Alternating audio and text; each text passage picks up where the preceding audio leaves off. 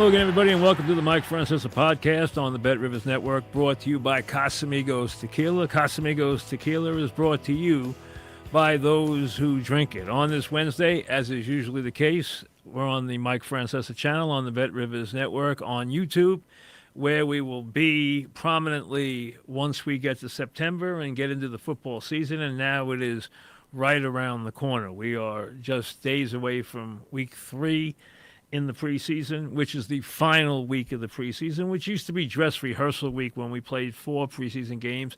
And now there's not even dress rehearsal week anymore. A lot of top players, a lot of big stars, a lot of the big quarterbacks don't even see action in the preseason anymore. There's no more even marketability or pretended marketability to the preseason. The NFL understands that, especially with the extended season. They want everything to go the way they want everything to rev up the way they are now, starting on September 5th, especially when they can, as you've noticed, and I sense the outrage starting to bubble over a little bit, how much money the NFL can charge you now for football. How much money they can raise for YouTube. YouTube's price now, if you buy all the bells and whistles, can be upwards of $650. And you start throwing in everything else and the streaming and everything else that you can possibly do, and you can spend over $1,000 on NFL, which used to be free to the NFL fan.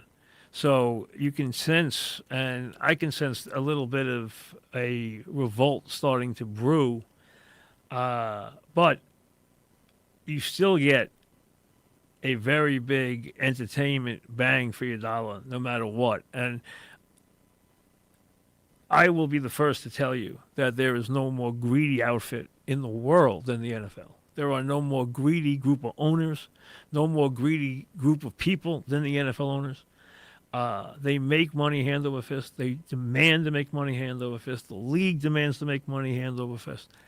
But they still also give you the best entertainment bang there is. There is nothing that compares to the NFL. Think about how many hours you spend in a season watching NFL football. If you are any kind of fan, and the NFL has over 100 million ardent fans, which is a number so high that it is almost mind-boggling. And an ardent fan would be someone who spends over an hour or 2 hours a week seeking NFL information. And think of how many people do that and how much time is spent. And, hey, they own a day. And let's be honest, they've now started to creep into other days in a very prominent way.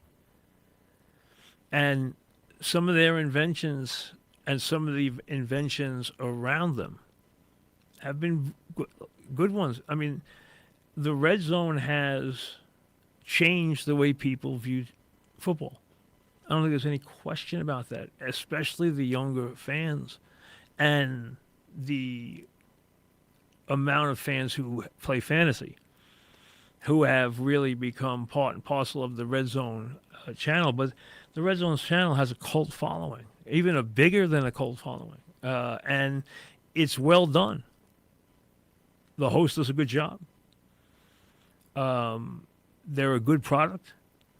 I'm not one who religiously starts watching it right away at 1 o'clock in the afternoon, but I do keep a Red Zone channel on, and there are moments that I go to it as an addendum, and then late in the day in the witching hour, which he, nice enough, does credit to me because it's something I've used for 40 years.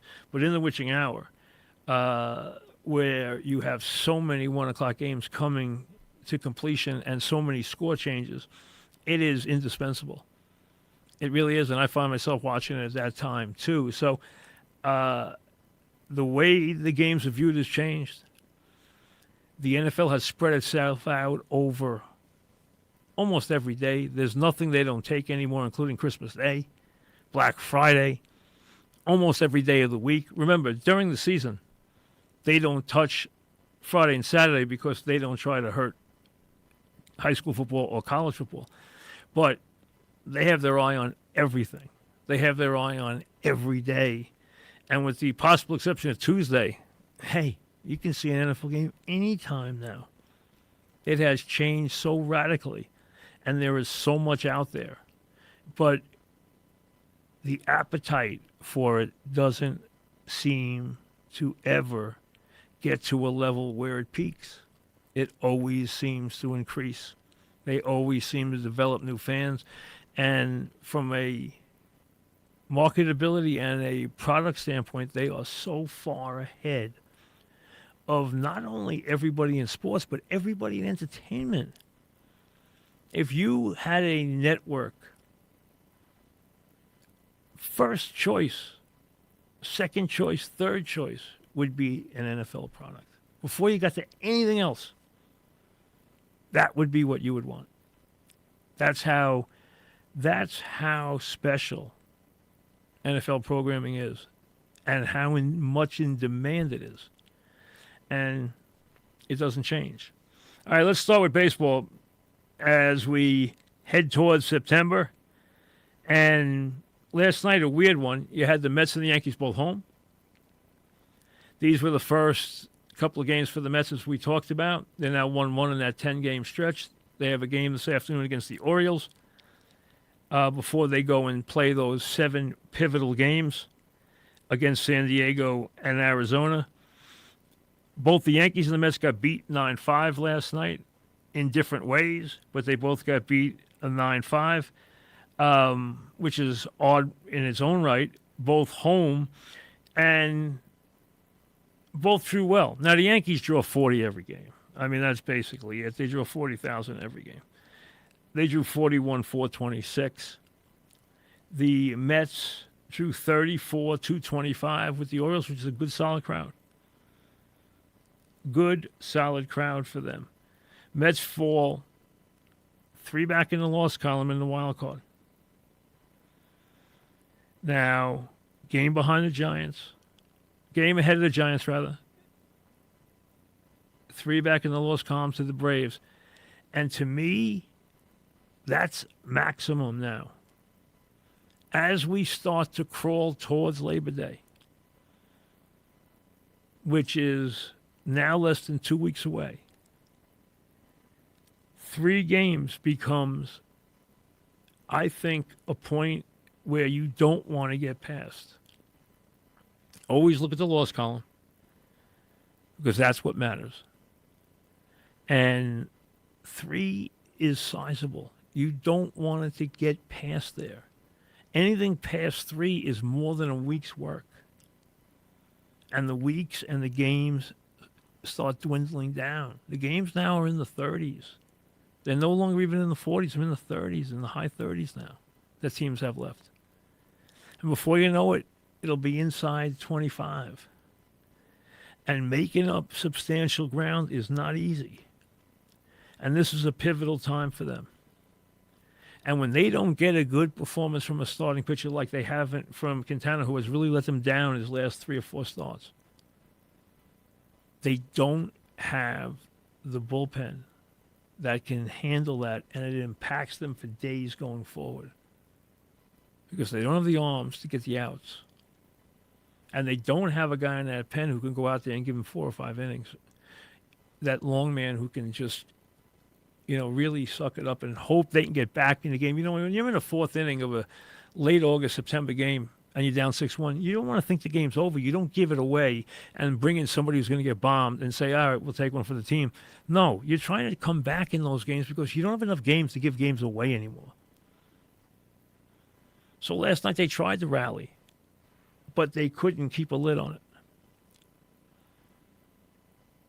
So they played a rubber match against the Orioles today after a Monday win and a Tuesday loss before they go play the 7 games in San Diego and Arizona. Big game this afternoon. And to me, 3 is right where it has to stay. No more.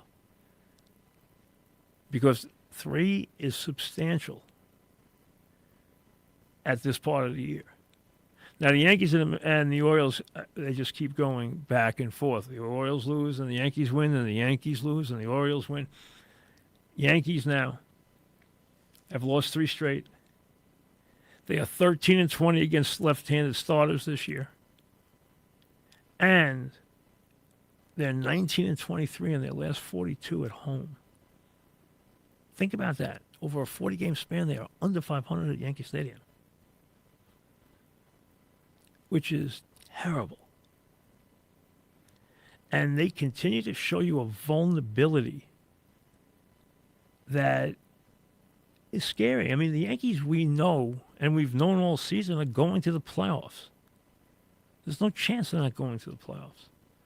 But the odds on them doing anything substantial, which means get to a World Series, and that's anything less, is a big disappointment. Especially because we don't know the fate of Soto going forward. And last night they hit home runs back to back. They homer in the same game. They hit back to back. Okay. We talked about how for 2 games they didn't produce a run or score a run or drive in a run, which is very rare.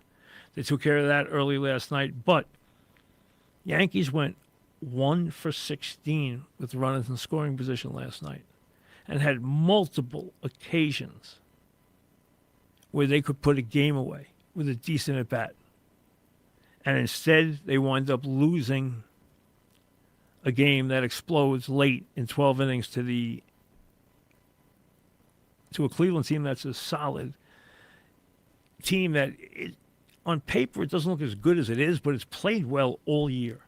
It's pitched well. It's got a really good closer. It's got some good pitching. It's got some players that are a lot better than you think. It's got a couple of stars in the middle of the lineup who are underrated. And the Yankees continue to struggle in those kind of games. The Yankees are 4-8 in extra innings. Why? Because their bullpen's not that good, and because they don't get clutch hits. Last night, Torres, Stanton, Verdugo, and LeMahieu 0 for 18.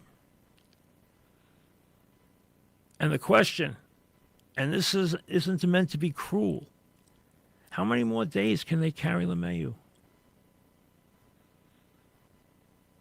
How many more games can you carry LeMahieu?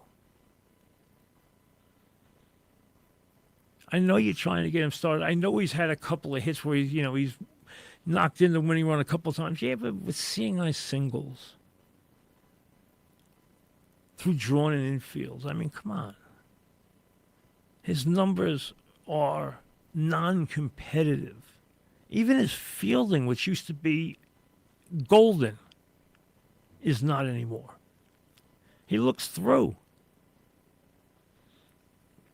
It's sad to say because he's been such a classy player. He's had a wonderful career. But you got to be honest about this stuff. He doesn't belong in a Yankee lineup anymore. I know that's cruel, but it's just fact. And the Yankees have to decide what they're going to do with Heel. Has Heel hit a wall? I don't know. They don't know. That's the bottom line. They don't know. He's had no control his last couple of starts. Last night, I don't know if his back was stiff or he kind of threw his hands up in the air and gave up because he couldn't get the job done last night. He seemed more frustrated than he did hurt. But they have a couple of players. They have 2 brilliant players having brilliant seasons. I mean, Soto's having a year that 9 out of 10 would be an MVP season. Judge is having a year for the ages. Cole will get better, and we know how talented he is. But those 3 guys are not enough. They're going to need a Cortez to be good or a Stroman to be good. And I don't trust Cortez, and I don't trust Stroman. I don't trust any of those guys. I mean, he's got good stuff, but I don't trust him because he gets wild. And plus, he might be hitting a wall. This team has sat there and battled with the Orioles all year. We know that. got off to a great start. Okay, right now they're a half game behind. They've played solid. The number looks solid for the season as they remain 20 games over 500. But let's be honest, they haven't been a good baseball team now in months. Despite the brilliance of Judge and Soto, they haven't been a very good baseball team in months. They really haven't. Do I trust them? Do I think they'll beat the Astros in a big series? I don't. Or you put them up against the Astros in the playoffs, I think the Astros are going to beat them. I trust the Astros, who are now, starting to sizzle, and who buried themselves early in the season and now find themselves 5 games in front in the division, having won 8 of the last 10, 11 games over 500 now. This team was buried. You heard people in May talking about how they wouldn't even finish 500. They're 5 in front in their division now. And they are going to be nasty in the postseason because they know how to play. And have they had to go out and add pieces? Yes. Have they had a lot of injuries to their pitchers? They have absolutely a ton. Have they had disappointing seasons from people? Yes. But they're right there. Baltimore, Cleveland, and I'm not even going to get into Minnesota and Kansas City, who I think are still a cut below. But Houston, Cleveland, Baltimore, those teams can beat the Yankees. And I'll tell you something, if they have a sort of Red Sox who right now are on the outside looking in, but if they have a sort of Red Sox, I don't trust them even against the Red Sox.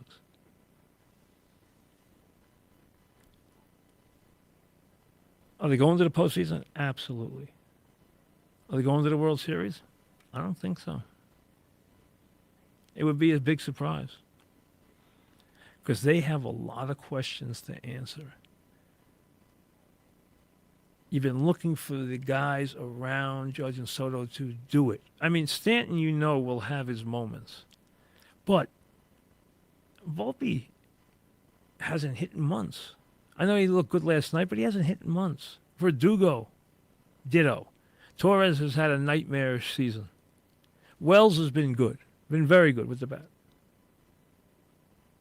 LeMay has been a disaster. And the bullpen, hey, I've talked to you about Holmes since the season started. I didn't start on Holmes last week. I started on this in April. Even before the season started. And it hasn't changed. They haven't done anything that gives people confidence. Now, if I'm them, I don't want to hear this either. They're virtually tied for first place. They've been in first place or right around first place all season. They're going to the postseason. It's a given. Now, are they going there as a wild card or going there as a division winner? We don't know yet. We might not know that until the last 2 days or 3 days of the season. The Yankees and Orioles meet September 24, 25, 26, I believe, at Yankee Stadium. I know it's late September. I think it's the 24th. That might decide it. But did they get more athletic when they got Chisholm? Yes. Did he give them a bat? Yes. Didn't give them the leadoff bat they needed. They needed someone who could set the table in front of those two big guys, and they didn't get that. They haven't had that. They haven't had any. You look at what happens in that lineup night after night, except for the big two. Look at the numbers. It doesn't change. And that bullpen, I'm not saying there aren't some arms in that bullpen. There are talented arms in that bullpen, but there's not. They don't close games. And Holmes has blown 10 saves. And let me tell you something. Those who say he, started the season hot and cooled off, hey, Go back and look at the Houston series that started the season. 2 of those games, he blew the saves. He got bailed out. He got bailed out by great plays, great throws, balls that were hit to the wall, line drives that went down the lines that just missed being fair by an inch. I mean, he escaped in that first series. And he hasn't escaped since. And his numbers, they're not superior closer-like. They're not. He gives up a hit an inning. That's too much. It's too much. You got to miss bats. You got to have a dependable, repeatable out pitch. He does some nights. He doesn't other nights. There are a lot of question marks they're going to carry into this postseason. And again, the biggest one they're going to carry now is, are they going in as a division winner, where there is a great advantage if you're the 1 or 2 seed, or are they going in and they got to play right from the start, right from the get-go? That won't be easy. All right, a couple of things. Let's get to we do this Wednesday boost. Head over to the Bet Rivers app to take advantage of the Wednesday Francesa baseball boost that hit last week. Today's boost is on the Yankees to score at least 1 run in the first inning and for Cortez to record at least 1 strikeout in the first inning. So it's a first inning boost. The original odds were 275. They're boosting it to 3, only at Bet Rivers on the Bet Rivers app. So check that out. We'll get to some emails later. Let me get to some NFL stuff for a second. As we approach,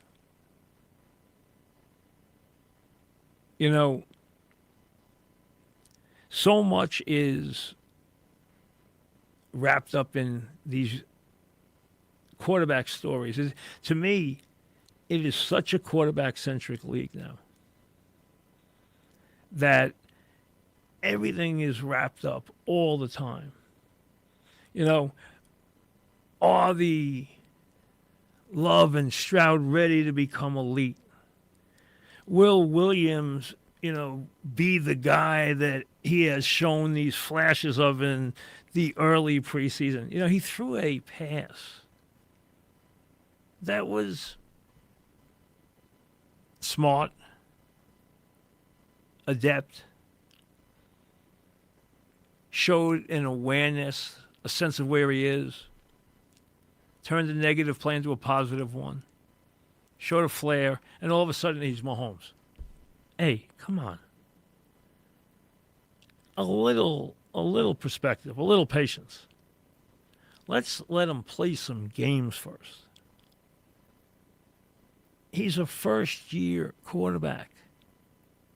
Peyton Manning went 3-13 through 28 interceptions in his first season, and he was as good a quarterback game in and game out as I ever saw since I've been watching the NFL. As far as overall running the team, being prepared, week in, week out performance, Aaron Rodgers has been brilliant. Manning, though, to me, was in more command than anybody, more than Marino, even more than Brady. Brady won more.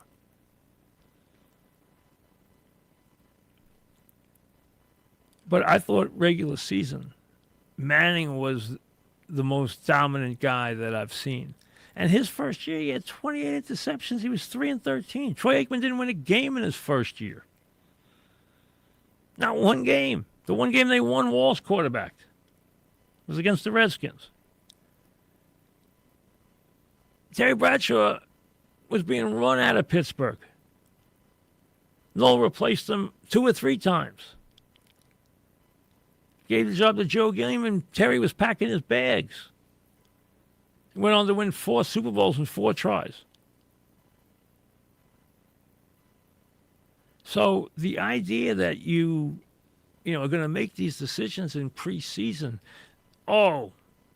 this guy has been so good in preseason, he's starting, he's doing this. Listen, first-year quarterbacks, no matter how talented they are going to have a baptism under fire. It's going to take a little time. The only quarterback I've seen come into this league and hit the ground running where it was ultra impressive was Marino. Everything was right from the start. Did not have a baptism. It was a star right from the start. That's rare. You know, it's funny. Look how people now view some of the older quarterbacks. Look how they view Rodgers. I see some lists now where Rodgers isn't in the top 10 quarterbacks. I think that's absurd.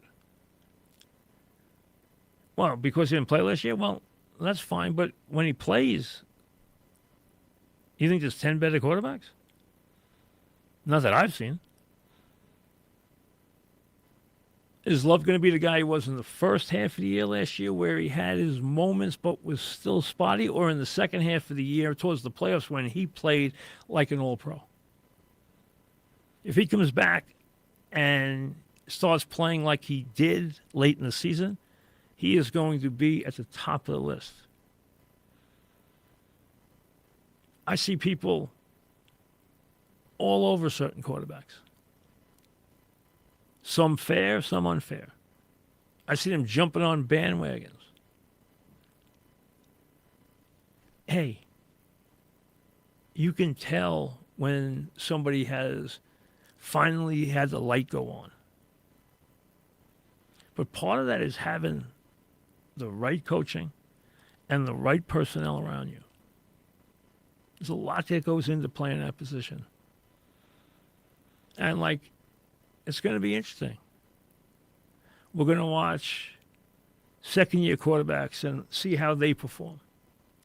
We're going to watch these rookie quarterbacks. It looks like Nix is going to start for Sean Payton.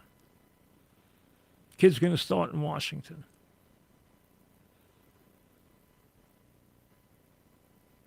Obviously, Williams and the Bears, people are expecting, now almost expecting too much too soon. I've had people tell me, Bears going to the playoffs now with this guy. Well, wait, just give it a couple of minutes. Take a deep breath. Let's see a couple of the real games first. Maybe he's going to hit the ground running that well. Maybe it's all going to click for him that quickly. I mean, we know that we saw some guys last year who looked like they had special futures. I mean, what Love did in Green Bay was special. What Stroud did, and to me, Stroud, if I was going to bet right now of the young quarterbacks, I think what I saw from him showed me he is the closest to making that jump into permanent status as an elite quarterback already. That's what I've seen from him. I mean, he was tremendous and consistent. And I think he might be that good. I'm not saying Love isn't, but what I'm saying is he going to be the guy he was late in the season? Because he wasn't the same guy in the first half as he was in the second half. He was much better in the second half. Some veteran guys, how good is Rodgers going to be if he can stay healthy? We all know about staying healthy. We're giving that as a given that he stays healthy, because if he's not healthy, what are we talking about? If he's on the bench, there's nothing to discuss, either for the team or for him. But if he plays, is he still going to play at a very high level? I think so. A lot of people evidently don't. I'm surprised by some of the takes on him. But it is amazing how much it has become a quarterback-centric league where so much is on the one position now. Mahomes is terrific. There's no question. But he's got a Hall of Fame coach in Andy Reid. He's got an all-world tight end in Kelsey. And on defense, where they won last year, mainly because of defense, and I'm not blaming Mahomes last year, but their offense was not good last year. They did not throw deep balls. They had more drops than any team I've ever seen. And I expect that to be very different this year for them. They had more drops last year than any team I can ever remember. But Chris Jones, leading the way on that defense, is one of the great players in this league. And that's often forgotten, just how good he is and how good that defense was last year. That team has other people, too. It's not just Mahomes. Not taking anything away from the brilliance of Mahomes. But football's not a one-man game. Just put a guy behind a bad offensive line. You've seen Mahomes behind a bad offensive line. You know what that can look like.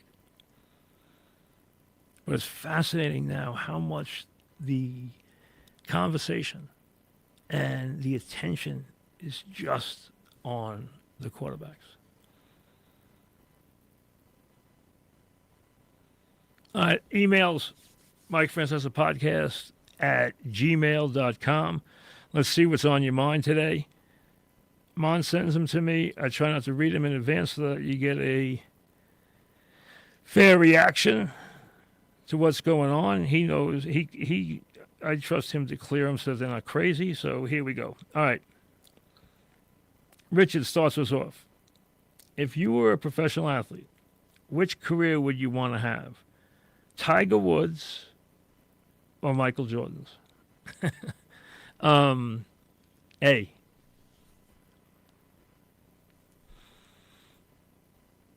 That's like asking me if I want to be rich or richer. I mean, you're talking about two of the most dominant, most brilliant, most perfect careers in the history of sports. How could you go wrong? I would take either one. I mean, to me, they're both so past the realm of possibility. They're dreamlike. So, like I said, how could you pass up either one? Could you imagine having the career that Tiger Woods had? I mean, Tiger Woods, I used to make the statement that Tiger Woods is better at golf than anybody in the world is at anything else. That's how dominant he was. And, how could you be in a team sport more complete than Jordan was? It's very hard to do. So like I said, I would take either one in a heartbeat. Peter, Joe Mauer, Kirby Puckett, Don Mattingly all have comparable career stats. Why are Mauer and Puckett in the Hall of Fame and Mattingly is not? This is a question we got many times through the years. The answers I will give you, and it's the only answer I can give you,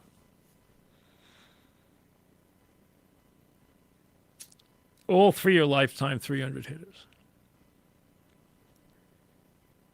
Puckett died young, had one of the highest batting averages career-wise for a right-handed hitter all time, 318, which is a very high right-handed batting average. I think it was the highest. Guerrero's was high. Jeter's is pretty high. Jeter's, I think it was 312. I think Guerrero was like 314. Puckett was 318. He might have been the highest since DiMaggio, which was 325. Right-handed hitters usually don't have batting averages that high. They're usually left-handed hitters.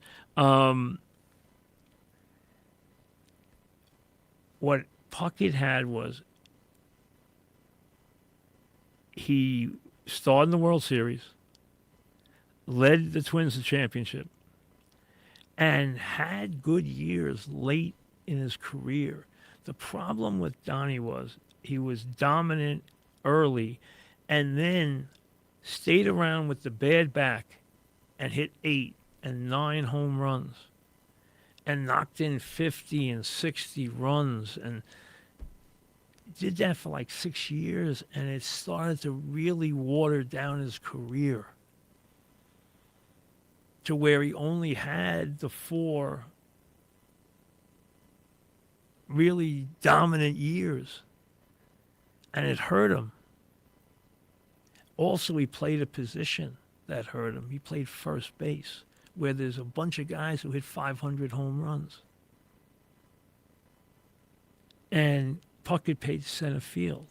And Mauer was a catcher who was an MVP, as obviously we know these other guys were. But the point is, Mauer won 3 straight batting titles, was a lifetime 300 hitter, tailed off later in his career, but he was a catcher. So what I would say is Puckett, late in his career, he had 23 homers and 110 RBIs in like his last year or his year before, was a star in the World Series, played center field, had a 318 right-handed batting average. That's why he's in. Mao was in because he was a catcher who won 3 batting titles and was a lifetime 300 hitter. And Mattingly played a position where there's a lot of guys with better stats for their careers because there's a bunch of first basemen who hit a ton of home runs and knocking a ton of runs. And Donnie's numbers came down because they were watered, not because he wasn't terrific, but because he played with a bad back. And it cost him a place in the Hall of Fame. It's not fair. And I understand why Yankee fans are upset about it, because Mattingly he was a Hall of Fame talent in his peak. He just didn't have enough peak years. And his position is a position with his dominant offensive players, while the other guy's playing center field, and he's a right-handed hitter with a 318 average, and you got a catcher who won 3 straight batting titles. That's why they're in. Catcher, center fielder, right-handed hitter. Ryan. Trevor Bauer. I'm not a Trevor Bauer fan, so this isn't easy for me. All right? I think we've even had our moments where we've gone back and forth years ago. Why does anybody take a shot at him? You'd have to ask the team. Why? Because he scares people. Let's be honest. And that's the reason. Have other people gotten other chances? Yes. Could somebody give him a chance? Maybe. Why? I think it's up to the buyer. Buyer beware. And whether somebody wants to take a chance on him. But, I'm not the biggest fan. Hirsch. I saw you in the owner's box in Saratoga last week, but I didn't want to bother you. Next time, should I say hello? Oh, absolutely. Now, the one thing is, the boxes are cramped. The walkways where the boxes are very narrow. So if you're standing there, you usually you have to move when a race starts because the people behind you can't see. Because these are old wooden boxes and there's not a lot of room. Plus, you have to be dressed like if you're sitting in the grandstand, you got shorts and a T-shirt on. They don't really like you up in the box area where you have to have. They don't make you wear sport jackets and ties anymore, but you still have to wear certain things. You can't wear jeans, you can't wear T-shirts, you can't wear certain things, you can't wear shorts. So you have to dress a certain level, not like you used to, but a certain level. But if you can get up there and say hello, absolutely, come by and say hello. Claudio, do you think it's more likely that Jones has a good season because of Neighbors, or Neighbors has a bad season because of Jones?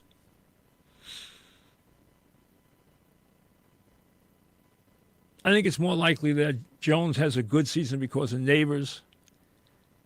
I think Neighbors is going to be a legitimate weapon, and Jones can throw the deep ball. So Jones will make mistakes. He'll throw bad interceptions, but he does throw the deep ball. So I think he and Neighbors will have, and they like to throw the deep ball. So I think he will do very well, Neighbors. I think he's legitimate, and I think he will do well for Jones. It's a very big year for Jones. Do the Giants believe in Jones? The coaches don't. I'm going to be honest with you, they don't. They talked about trading to the 3 spot. They love the kid in Washington. They've had their eye on other quarterbacks. They've kicked the tires on a bunch of other quarterbacks. Are they have they shown Daniel Jones they're big believers in him? No. Is Daniel Jones good enough to have his moments? Yes, he is. Is he a top quarterback? No. Is he good enough to have good days? Yeah, he is. Problem with him, though, it's harder for him to stay healthy, and his legs are a big part of his game. Daniel Jones can run, and he can throw it deep.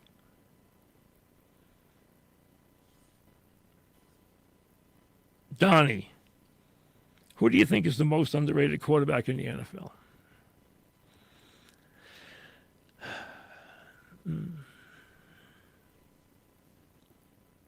Nobody jumps out at me where I'd say, boy, I think they're really missing the... I think Stroud is much farther along than a lot of people think. I think he showed a level of proficiency and consistency that was rare in a young quarterback. Leadership, consistency, awareness. It quickly became his team. I think he is on his way quickly to being an elite quarterback. I think he's the real thing. So I would say Stroud, because I think some people question him, and I don't question him at all. I think he's the real thing. This is from Mike. I feel that Vientos has not gotten the credit he deserves and not been given acclaim for the impact he's had on the team. He went from being like a bust to now a 25, 30 homer player. I agree, but I don't agree that he hasn't gotten his acclaim. I think he's been recognized. I think the announcers talk about him all the time. I don't think anybody who has seen him... Now, I've been to 2 Met games this year, and he has put on a show. I've seen him hit 3 home runs this year in 2 games. Hit 2 in the 1 game I was there. In one of the games I was there, he has been ultra impressive. He has terrific power to all parts of the outfield. He can hit the ball a very long way. And he's actually played better in the field than I thought he would. Because I thought he was going to be an all-hit, no-field guy. That's kind of how they tagged him. But I think he's been better defensively. And he's become a more proficient hitter. Like last night when he got the 2-out double. I mean, that's a quality RBI. That's a quality at bat. He's done a really good job. And if I'm the Mets, I believe. Now, here's the question that I have. Is their plan to give him first base and let Pete walk and make him the first baseman and let the other youngsters battle for the other third base position? Is that their plan? Maybe it is. I think he might be a first baseman in the future if Pete leaves.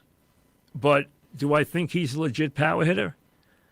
I don't think he automatically makes up for Alonso. I'm not sure he's going to hit 40 home runs.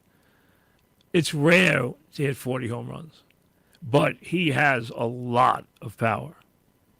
Natural power. He drives the ball well out to right center field, right field. The ball jumps off his bat. You make a mistake, he's going to hit it a very, very long way. And he has played with a confidence that looks real to me. Like, I don't think he's, boy, I can't believe I'm doing this, man. I just hope this continues. I think he believes he's there. I think he believes that he has arrived. And you know what? I think he will be a part of that Met lineup for a while. I think he has arrived. I really do. So, but I don't agree that he has not been given his due. I think everybody around the Mets and their announcers and the media have acknowledged how good he has been. I mean, I don't think it's fallen on anybody. You know, I don't think anybody's ignored or anybody has, not noticed how special he's played this year. He has been that good. He has been a a big part of their success has been the length of that lineup. It has been the fact that Vientos has come and established himself as a real power hitter.